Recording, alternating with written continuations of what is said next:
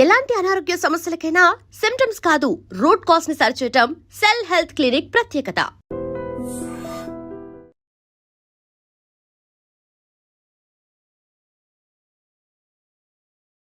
నమస్తే, welcome to I dream. నేను మీ లక్ష్మి. మనతో పాటు డాక్టర్ శ్రీనివాస్ కే సైలస్ గారు కూడా ఉన్నారు.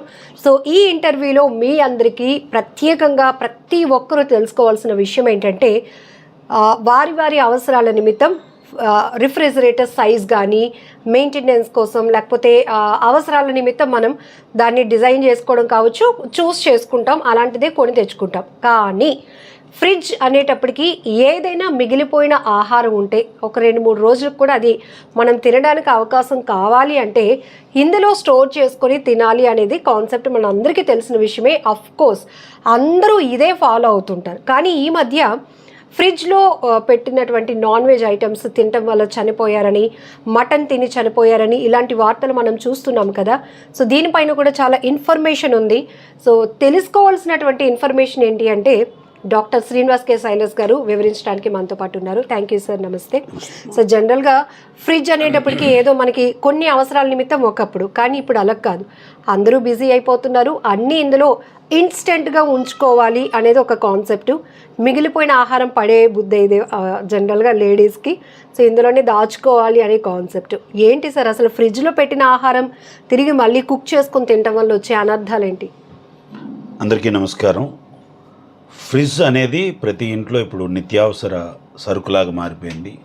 ఎందుకంటే ఫ్రిడ్జ్ లేనిదే ఇల్లు లేదు. కారణం ఏంటంటే ఈరోజు బిజీ లైఫ్లో భార్యాభర్తలు ఇద్దరు ఉద్యోగాలకు వెళ్ళడం కానీ, పిల్లలు స్కూల్కి వెళ్ళడం కానీ, రేపు ఉదయాన్నే ఎర్లీగా స్కూల్ స్టార్ట్ అవుతుంది కాబట్టి ఎర్లీగా ఆఫీస్కి వెళ్ళాలి కాబట్టి ముందు రోజే వారానికి ఒకసారి మనం షాపింగ్ అంతా చేసుకొని లోపల పెట్టుకొని కూరగాయలను తాజాగా ఉంచుకోవడానికి, లేకపోతే ఫుడ్ని ముందే వండుకొని కొంతసేపు తిన్న తర్వాత అది మిగిలిపోయినటువంటి ఫుడ్ని స్టోర్ చేసుకోవడం అనేది ఈరోజు ఇదేమో ఆశ్చర్యకరమైనటువంటి విషయమే కాదు. ఇన్నిటికంటే ముందు ముఖ్యంగా చెప్పాల్సింది ఏంటంటే, విదేశాల్లో అయితే ప్రతి ఆదివారం పెట్టుకున్నటువంటి ఫుడ్ని మరలా శనివారం వరకు ఆ ఫుడ్ని తినాలి. కారణం ఏంటంటే అక్కడ విదేశాల్లో ఉద్యోగాలు చేసేవారు, ఉద్యోగ సంస్థలు ఎక్కడ ఉంటాయంటే ఒకవేళ ఇక్కడ వీరుంటే హైదరాబాద్ అంత దూరం, విజయవాడ అంత దూరం ఆఫీస్కి వెళ్ళాల్సి వస్తుంది. ఈ ప్రయాణానికి ఎక్కువ సమయం సరిపోతుంది కాబట్టి వారు వారం అంతా ఈ ఫుడ్ని స్టోర్ చేసుకొని తింటారు. ఇక ఈ మధ్య హైదరాబాద్లో ఒక ఫ్రిడ్జ్లో పెట్టినటువంటి మటన్ కూర తిని చనిపోయినట్టుగా చూస్తూ ఉన్నాం. అది ఫ్రిడ్జ్ తప్పని నేను అనుకోవట్లేదు, అది మనుషులు తప్పే. కారణం ఏంటంటే అమ్మా, ఫ్రిడ్జ్లో R164 R600 అనే ఒక గ్యాస్ నింపుతారు. ఓకే, ఇది ఒక్కసారి మనం చెక్ చేద్దాం సార్. జనరల్లీ ఫ్రిడ్జ్ అనేటప్పటికి మనం ఇది డీపర్ అంటారమ్మా, ఇది సెమీ డీపర్ ఇది. సో అలాగే ఇంకా ఆహార పదార్థాలను షిప్పుల్లోనూ లేకపోతే పెద్ద పెద్ద రెస్టారెంట్స్లోనూ కొన్ని కోల్డ్ స్టోరేజెస్లో ఉన్నవైతే మాత్రం మరీ ఫ్రీజీగా ఉంటాయి అవి. సో ఇది డీప్ ఫ్రీజ్ అంటాం దీన్ని నార్మల్ ఫ్రీజ్ కింద చూస్తూ ఉంటాం. ఇవన్నీ కూడా R164 R600 అనే గ్యాస్ ద్వారా నడుస్తూ ఉంటుంది. ఈ గ్యాస్కి వెనకాల సిలిండర్ ఉంటుంది. ఈ కంప్రెసర్ ఏం చేస్తుందంటే ఈ లోపల ఉన్నటువంటి టెంపరేచర్ని బయటకు పంపించే ఏర్పాటు చేస్తుంది ఈ గ్యాస్ ద్వారా. కాబట్టి ఈ టెంపరేచర్ ఎప్పుడు కూడా ఇలాగ ఉంటూ ఉంటుంది. అయితే ఇందులో పెట్టుకున్నటువంటి ఆహార పదార్థాలు పాడైపోవడానికి ఎంత మాత్రం కూడా ఛాన్స్ లేదు. కానీ ఫ్రిడ్జ్ సరైనటువంటి కండిషన్లో లేకపోతే ఖచ్చితంగా ఆహార పదార్థం పాడవుతుంది. ఎందుకంటే సరైన టెంపరేచర్లో మనం ఫ్రిడ్జ్ని ఎప్పుడు సిద్ధంగా ఉంచుకోవాలి. టెంపరేచర్ సరిగ్గా ఉందో లేదో చూసుకోవాలి. అట్లీస్ట్ నెలకు ఒకసారైనా ఫ్రిడ్జ్ని తనిఖీ చేసుకోవాలి. లేకపోతే ఫ్రిడ్జ్ చుట్టూ ఉన్నటువంటి ఈ యొక్క ఏదైతే రబ్బర్ బుష్ ఉందో ఈ బుష్ ఏం చేస్తుందంటే బయట ఉన్నటువంటి టెంపరేచర్ లోపలికి వెళ్లకుండా, లోపల ఉన్నటువంటి టెంపరేచర్ బయటకు రాకుండా ఇది చాలా ప్రొటెక్టివ్గా ఈ విధంగా ఉంచుతుంది అనమాట. చూసారా, ఇది ఇలా వేసేటప్పుడు టప్ అనే శబ్దం వస్తుంది. ఇది చాలా గ్రిప్తో పట్టుకుంటూ ఉంటుంది. కొన్నిసార్లు మనం అన్నీ గమనిస్తాం కానీ ఈ రబ్బర్ని గమనించాం. ఈ రబ్బర్కి అధికంగా డస్ట్ పెట్టడం వల్ల కానీ, లేకపోతే ఫుడ్ పార్టికల్స్ ఈ పక్కల సందుల్లో దాక్కోవడం వల్ల కానీ, ఈ రబ్బర్ సరిగ్గా అతుక్కోకపోవడం వల్ల బయట నుంచి వెళ్ళే టెంపరేచర్ లోపలికి ఎంటర్ అయిపోయి ఫుడ్ పాడైపోయే ఛాన్స్ ఉంది. నేనేమంటానంటే హైదరాబాద్లో జరిగినటువంటి సంఘటన ఎలా జరిగి ఉంటుందంటే, నేనేమనుకుంటున్నానంటే అమ్మా, హైదరాబాద్లో జరిగినటువంటి సంఘటన మాంసాన్ని తీసుకొచ్చినప్పుడు సో ఫ్రిడ్జ్లో పెట్టినప్పుడు ఫ్రిడ్జ్ సరిగ్గా పని చేయకపోయి ఉండొచ్చు అని నా ఆలోచన. పని చేయకపోవడం వల్ల. రెండోది, మాంసం ఎక్కడి నుంచి తెచ్చారు అనేది ప్రశ్న. ఎందుకంటే మాంసం రెస్టారెంట్ నుంచి కానీ, భోజనాల దగ్గర నుంచి కానీ, ఫంక్షన్స్ దగ్గర నుంచి తెచ్చేటప్పుడు ఒక విషయాన్ని మాత్రం జాగ్రత్తగా ఉంచుకోవాలి. ఇంటిలో భోజనం వండుకునేటప్పుడు మనం ఎప్పుడు కూడా టేస్టింగ్ సాల్ట్ అనేది వాడం, కొన్ని ఎసెన్షియల్స్ వాడం. కారణం ఏంటంటే మనం ఇంట్లో తింటున్నాం కాబట్టి సేఫ్గా ఉండాలి, ఆరోగ్యదాయకంగా ఉండాలి కాబట్టి. అయితే మీ అందరికీ చెప్తున్నది ఏంటంటే, ఈ ఫుడ్ ఒకవేళ రెస్టారెంట్ నుంచి కానీ లేకపోతే భోజనాల దగ్గర నుంచి కానీ తెచ్చినప్పుడు అందులో టేస్ట్ కొరకు కొన్ని ఎసెన్షియల్స్ ఎక్కువ కలుపుతూ ఉంటారు. దాంతోపాటు ఫుడ్ యాసిడ్స్తో పాటు మరికొన్ని ఏమంటారు టేస్టింగ్ సాల్ట్ అని రుచి కొరకు కలుపుతూ ఉంటారు. ఇది ఇన్స్టాంట్ రుచిని ఇస్తుంది. కానీ ఈ టేస్టింగ్ సాల్ట్ వేసినటువంటి ఫుడ్ పదార్థాలను ఎక్కువసేపు స్టోరేజ్ చేస్తే అవి పాయిజన్ అయ్యే ఛాన్స్ ఉంది అనమాట. కార్బో పాయిజనస్ స్టార్ట్ అవుతూ ఉంటాయి. ఎందుకంటే ఫుడ్లో ఒక రకమైనటువంటి బ్యాక్టీరియా ఫామ్ అయ్యి నెమ్మదిగా అందులోంచి ఒక ఫ్లైయర్ లాగా తయారై అది విషపూరితం అవుతుంది. అదే జరిగి ఉంటుంది అనుకుంటున్నాను తప్ప. సో డాక్టర్ గారు, రెగ్యులర్గా మీరు చెప్పింది వ్యాలిడ్ పాయింట్. మనం ఇంట్లో మెయింటైన్ చేసే ఫ్రిడ్జ్లో మనం ఇంట్లో వండుకున్న వాటిలో ఎలాంటి టేస్టింగ్ సాల్ట్ కానీ కలర్ ఎసెన్షియల్ ఏమి వాడం కాబట్టి అది మనం స్టోర్ చేసుకుంటాం. అంటే అందరికీ డౌట్ వస్తుంది, రోజు మనం అలాగే తింటున్నాం కదా, ఇదేదో ప్రత్యేకంగా వింతగా చెప్తూ ఉంటారు. కానీ చాలామందికి రెస్టారెంట్లో తెచ్చుకున్నటువంటి ఫుడ్ ప్యాకెట్స్లో ఫుడ్ మిగిలిపోయినా అది కూడా స్టోరేజ్ చేసి నెక్స్ట్ డే తినడం అలవాటు చేసుకుంటారు. అలానే మీరు చెప్పినట్టు ఫంక్షన్స్కి వెళ్ళినప్పుడు దగ్గర బంధువులు అయితే ఏదైనా మిగిలిపోయిన ఫుడ్ పడేయడం ఇష్టం లేక దగ్గర బంధువులకి షేర్ చేస్తారు దాన్ని, అది కూడా ఫ్రిడ్జ్లో పెట్టుకొని తినడం. అంటే బయట వాళ్ళు ప్రిపరేషన్ అనేది డిఫరెంట్ మెథడ్లో. ఎగ్జాక్ట్లీ. ఏదైతే వ్యాపార సంస్థల ద్వారా జరుగుతున్నాయో ఫుడ్ కోర్ట్స్లో కానీ, హోటల్లో కానీ, లేకపోతే భోజనాలు పెడుతున్న దగ్గర వారు అధికమైనటువంటి టేస్ట్ కొరకు కొన్ని వస్తువులను ఎక్కువగా కలుపుతారు. అందులో ఫుడ్ యాసిడ్స్తో పాటు మరికొన్ని ఎసెన్షియల్స్.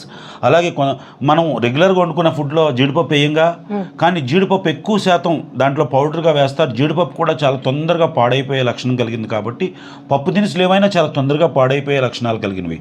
అయితే నేనేమనుకుంటున్నానంటే, ఒకవేళ అలా పెట్టినప్పటికీ కూడా ఫుడ్ ఒకవేళ పాడైపోయిందా లేదా అని చూసుకోకుండా మీరు ఒకవేళ తినే ప్రయత్నం చేస్తారు, మళ్ళీ వేడి చేసి తినటం, ఖచ్చితంగా వేడి చేయడం అనేది చాలా ఇంపార్టెంట్. వేడి అంటే ఏదో సాధారణమైనటువంటి వేడి కాదు, అది తిరగబడేటట్టుగా దాంట్లో ఉన్న బ్యాక్టీరియా అంతా చచ్చిపోయినంత వరకు కూడా మనం, ఎందుకంటే దైనందినటువంటి జీవితంలో అంత టైం లేదు.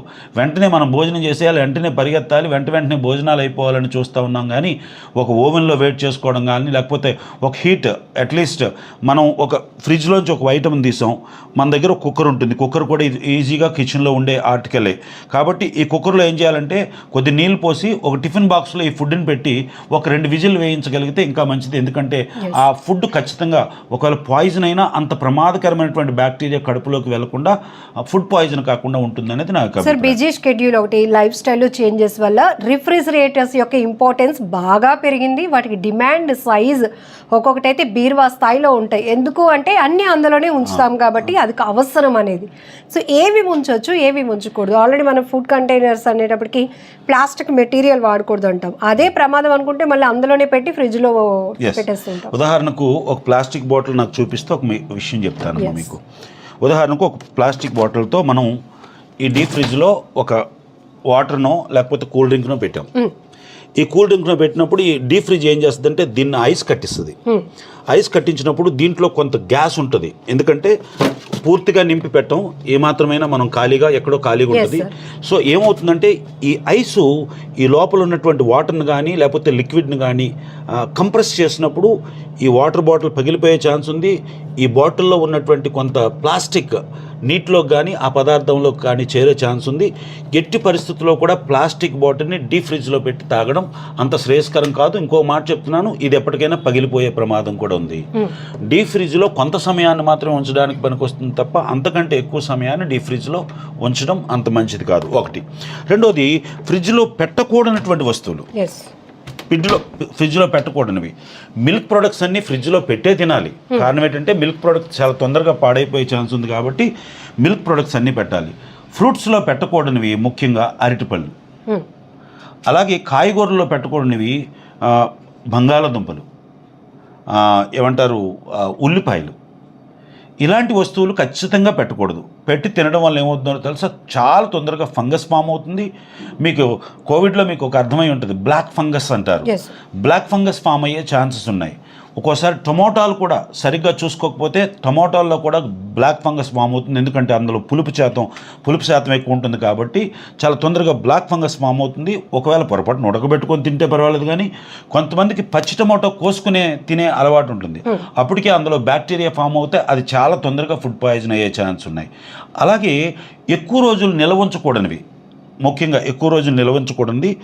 డీప్ ఫ్రిడ్జ్లో అయితే మటన్ లాంటిది, చికెన్ లాంటిది ఒక వారం రోజుల పాటు సేఫ్గా డీప్ ఫ్రిడ్జ్లో ఐస్ కట్టినంతగా ఉంచగలిగితే మంచిది. కట్టిన తర్వాత కూడా వెంటనే ఐస్ కట్టినటువంటి ఆ ఫుడ్ని తీసుకెళ్ళి వెంటనే వేడి దాంట్లో వేయకూడదు. అది కొంతసేపు 2 hours 1 hour అది ఐస్ గడ్డ కరిగిపోయినంత వరకు మనం బయట ఉంచుకోవడం వల్ల దాని మీద ఉన్నటువంటి ఆ బ్యాక్టీరియా ఫార్మేషన్ తగ్గుతుంది. కొంతవరకు ఆక్సిజన్తో మిక్స్ అయ్యి అది మంచి ఆహారంగా మారే ఛాన్స్ ఉంటుంది. అది విషయం. అయితే శాశ్వత కాలం పెట్టకూడదు. మష్రూమ్ ఎక్స్పైరీ డేట్ కంటే మనం ఎట్టి పరిస్థితిలో కూడా ఎక్స్పైరీ డేట్ అయిపోయిన తర్వాత మనం ఫ్రిడ్జ్లో ఉంచి తినడానికి అసలు హక్కే లేదు. రెండోది పన్నీర్ని అసలు ఎట్టి పరిస్థితిలో కూడా ఎక్స్పైరీ డేట్ అయిన తర్వాత ఫ్రిడ్జ్లో పెట్టినా సరే ఎక్స్పైరీ డేట్ అయిపోయిన తర్వాత దాన్ని పడేయడం శ్రేష్టం తప్ప దాన్ని తినడం వల్ల 90% ఫుడ్ పాయిజన్ అయ్యే ఛాన్స్ ఉంది. అయ్యో అది కాస్ట్లీ వస్తువు కదా, పాడైపోద్దని వండుకొని తిందాం అనుకుంటే ఖచ్చితంగా దానివల్ల అధిక ప్రమాదం. అసలు నాన్ వెజ్ కంటే చాలా తొందరగా ఫుడ్ పాయిజన్ అయిపోయే పదార్థాల్లో పాల పదార్థాలు చాలా తొందరగా పాడైపోతుంటాయి. కాబట్టి ఇలాంటి వాటిని మనం జాగ్రత్తగా ఉంచుకోవాలి. సో దేనికి ఏ పర్పస్లో ఏవి ప్రిజర్వ్ చేసుకోవచ్చో అవి మాత్రమే తగు మాత్రం వండుకొని ఎప్పటికప్పుడు తినేయడం అత్యంత శ్రేయస్కరం, ఆరోగ్యకరమైనటువంటి సూత్రం.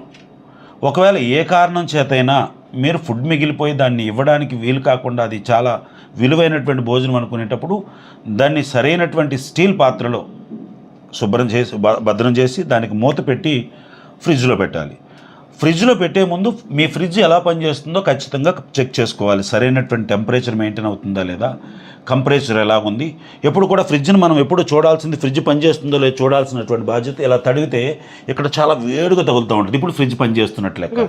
ఒకవేళ వేడిగా తగలకుండా చల్లగా తగిలితే మాత్రం మీ కంప్రెషర్ సరిగా అంటే అవన్నీ చెక్ చేయండి సార్. జనరల్గా వితౌట్ నాలెడ్జ్ అందులో నుంచి కూలింగ్ వస్తుందా, ఉన్న పదార్థాలు చల్లగా అవుతున్నాయా, మళ్ళీ రేపు వండుకోవడానికి పనికి వస్తాయి లేదా. నేను కంపల్సరీ చెప్తున్నానమ్మా. అయితే పెట్టిన వాళ్ళు పెట్టారు. నేనేమంటున్నానంటే మీరు నన్ను తిట్టుకుంటారు, ఫ్రిడ్జ్ లేకుండా ఎలా బతకమంటారని. నేనేమంటున్నాను, అందరికీ ఒక వైద్యుడిగా, ఒక బాధ్యత కలిగినటువంటి భారతదేశ పౌరుడిగా చెప్తున్నది ఏంటంటే ఫ్రిడ్జ్ను వాడండి, ఫ్రిడ్జ్లో ఆనందంగా ఫ్రిడ్జ్లో ఉన్నటువంటి భోజనాన్ని ఎంజాయ్ చేయండి.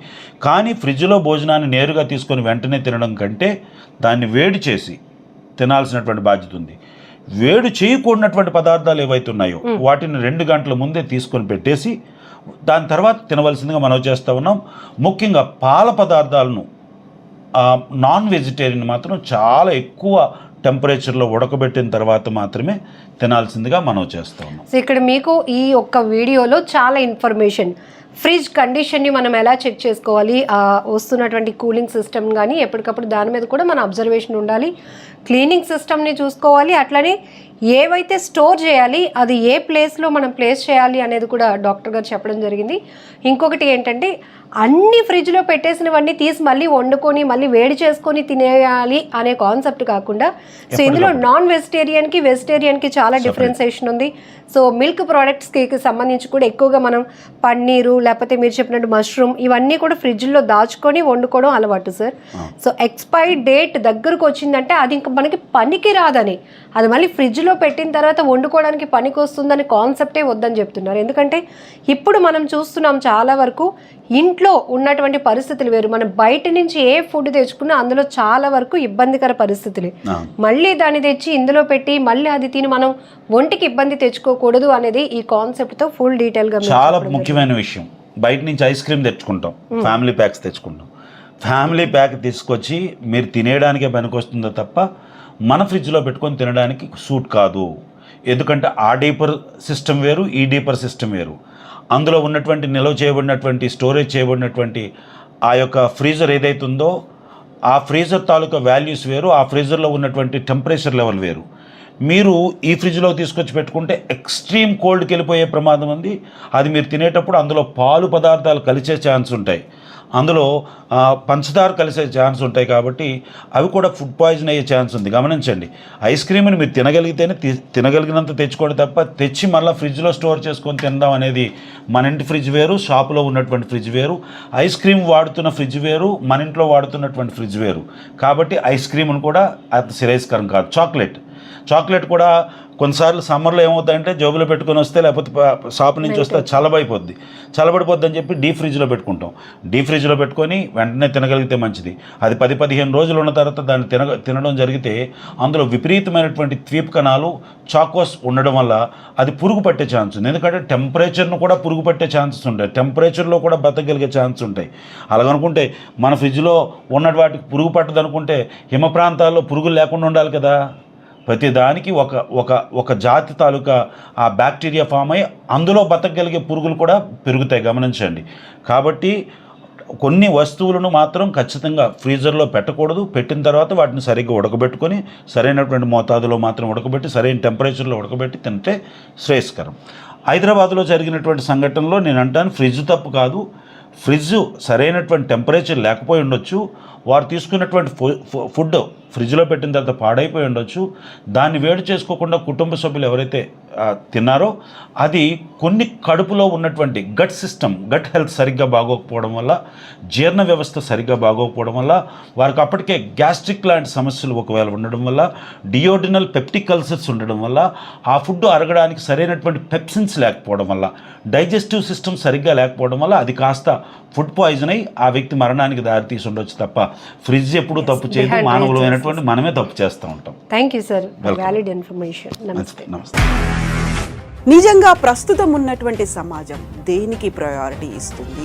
ఆర్థిక సంబంధాల చుట్టూ మాత్రమే తిరుగుతుంది. మళ్ళీ ఎన్నికలంగానే చాలా విరక్తి కలుగుతాను. మంచి అనిపిస్తుంది కదా, లేడీస్ కూడా ఛాలెంజింగ్ జాబ్స్ చేసినప్పుడు చాలా బాగుంటది. ఫుడ్ డెలివరీ ఇవ్వటానికి వెళ్ళినటువంటి డెలివరీ బాయ్ అనిల్ పై కళ్ళ ముందు